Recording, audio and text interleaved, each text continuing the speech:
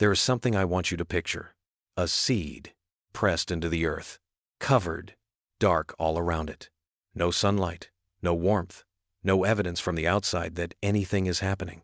For weeks, sometimes months, and yet, beneath the surface, the most intricate work of its entire life is taking place. Root systems are reaching, structures forming, life multiplying in the dark. If you could only see the outside, you would declare it dead. But it is not dead. It is becoming. And if you are in a season right now when nothing seems to be happening, when the promise feels frozen, when the silence of heaven feels louder than ever, I want to speak to you today. Not about how to survive the waiting. We did that in episode 1. Today, I want to talk about what is happening while you wait. Stay with me. We are wired for evidence. Show me the result. Show me the movement. Show me that something is changing. And when God does not cooperate with our timeline, when the door stays closed, when the relationship doesn't heal, when the prayer seems to hit the ceiling and bounce back, we do not merely feel confused. We feel forgotten.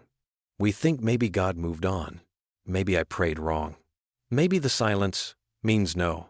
But what if I told you that the seasons that look the most still are often the seasons when God is working the hardest? Not because He is slow, but because what He is building in you cannot be rushed. Not by you, not by circumstance, not even by your prayers for speed. Some formations can only happen in a hidden place. Let me show you 3 things Scripture says about what God does in the dark. There is a verse in Colossians 3:3 that I don't think we read slowly enough. For you have died, and your life is hidden with Christ in God. Read it again. Hidden with Christ in God. Not hidden from the world because you are irrelevant. Not buried because something went wrong. Hidden, deliberately placed, intentionally enclosed, secured inside the safest place in all creation. Here is the difference, and it matters more than you know. When something is hidden from you, it means you are being kept away from it. But when something is hidden in something, it means it is being protected inside it. You are not hidden from your destiny. You are hidden in the God who holds it. And here is what that changes. The silence you are sitting in right now, it is not abandonment. It is protection.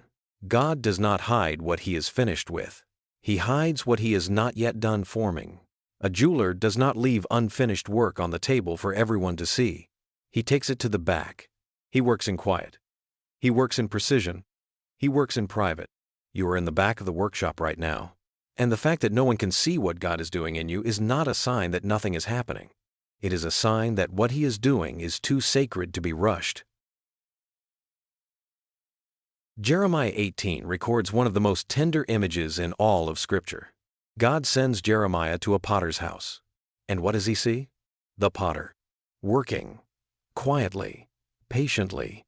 No audience, no announcement, no applause. Just hands, and clay, and wheel, and the clay. The clay cannot see what it is becoming.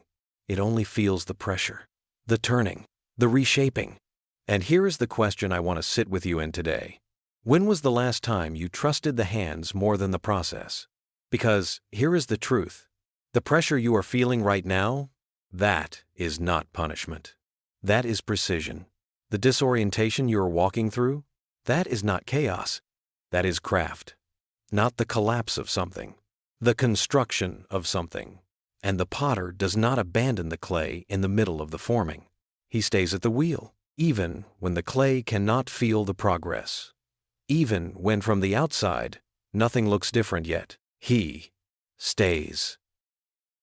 If this is speaking to you right now, stay to the end. I want to close with something that will change how you see your hidden season. Psalm 139 says this, and I need you to hear it slowly. For you formed my inward parts. You knitted me together in my mother's womb. Then listen to what comes next. My frame was not hidden from you when I was being made in secret, intricately woven in the depths of the earth. Made in secret, intricately woven. God does His most careful work in places no one else can see. The formation of patience, the weaving of trust, the pressing of character. None of it is visible while it is happening, but none of it is wasted. And here is where the fragrance comes in. You know that a flower does not release its fullest scent while it is still in the bud. The fragrance is released when the pressing is complete. What is being cultivated in you right now during this hidden, quiet, seemingly still season is the fragrance you will carry when the season opens. The believers who have waited in hiddenness and trusted in the dark carry something others don't. They carry a depth that cannot be rushed, a settledness that cannot be manufactured, and a fragrance that only forms in the hidden place. The aroma of someone who learned to trust the hands of the potter even when they could not see the shape. I want to close with this. The hardest part of the hidden season is not the waiting. It is the not knowing. Nobody sees what you are carrying. Nobody witnesses the prayers in the dark. Nobody can measure the faith it takes to keep trusting when there is nothing to show. But I want you to hear this today. God sees you. He has always seen you.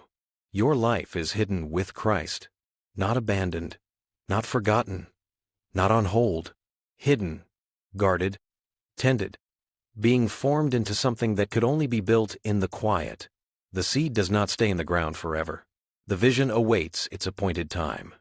And when it comes, you will not just carry the fruit of the waiting. You will carry the fragrance. The scent of someone who trusted the potter in the dark, who stayed in the hands, who chose the hidden place and found God there.